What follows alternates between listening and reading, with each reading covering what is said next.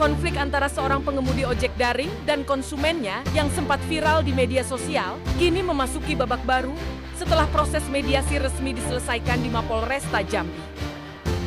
Meski telah terjadi perdamaian secara hukum, dampak psikologis dari peristiwa tersebut masih membekas pada diri Rosdewi, pengemudi ojol berusia 40 tahun yang menjadi pihak terlibat dalam insiden. Secara emosional, Rosdewi menunjukkan gejala trauma pas kejadian yang ditandai dengan munculnya rasa cemas dan ketidaknyamanan dalam menjalani aktivitas profesi seperti biasa. Trauma tersebut merupakan respons psikologis yang umum terjadi pasca pengalaman konflik terbuka di ruang publik, apalagi dalam konteks kerja berbasis platform digital yang sangat bergantung pada interaksi langsung dengan konsumen. Kondisi ini turut berdampak pada orientasi karier Rosdewi ke depan, meskipun tidak sepenuhnya menutup kemungkinan untuk kembali beroperasi sebagai pengemudi ojek daring. Ia mulai merumuskan transisi menuju sektor ekonomi lain, yaitu usaha kuliner berbasis daring. Ini kan kejadian masih mau narik sedikit trauma, tapi saya usahakan, saya ini kan mau buka usaha baru tapi dalam bidang resto nih, kayak bikin Grab food gitu, dan pihak Grab ini mau bantu saya gitu. Jadi istilahnya mungkin saya akan beralih ke situ saja kali ya. Kapok jadi driver? Hah? Kapok jadi driver?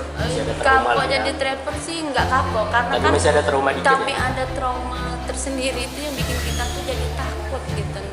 Jadi kalau ada yang lebih baik bikin jalan saya untuk buka resto kecil-kecilan, apa salahnya? Tidak ada bikin buka resto ya?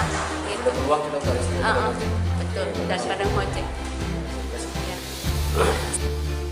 Langkah ini dipandang sebagai bentuk adaptasi pasca trauma sekaligus upaya untuk membangun kembali stabilitas ekonomi dalam suasana kerja yang dirasakannya lebih aman secara emosional.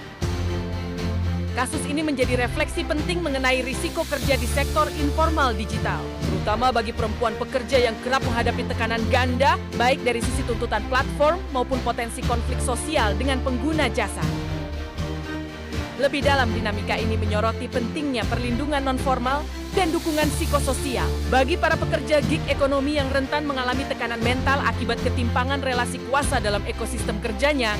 Dengan mempertimbangkan aspek tersebut, Rosdewi mulai mempertimbangkan alih profesi sebagai bentuk pemulihan diri dan pencarian kembali rasa aman dalam bekerja.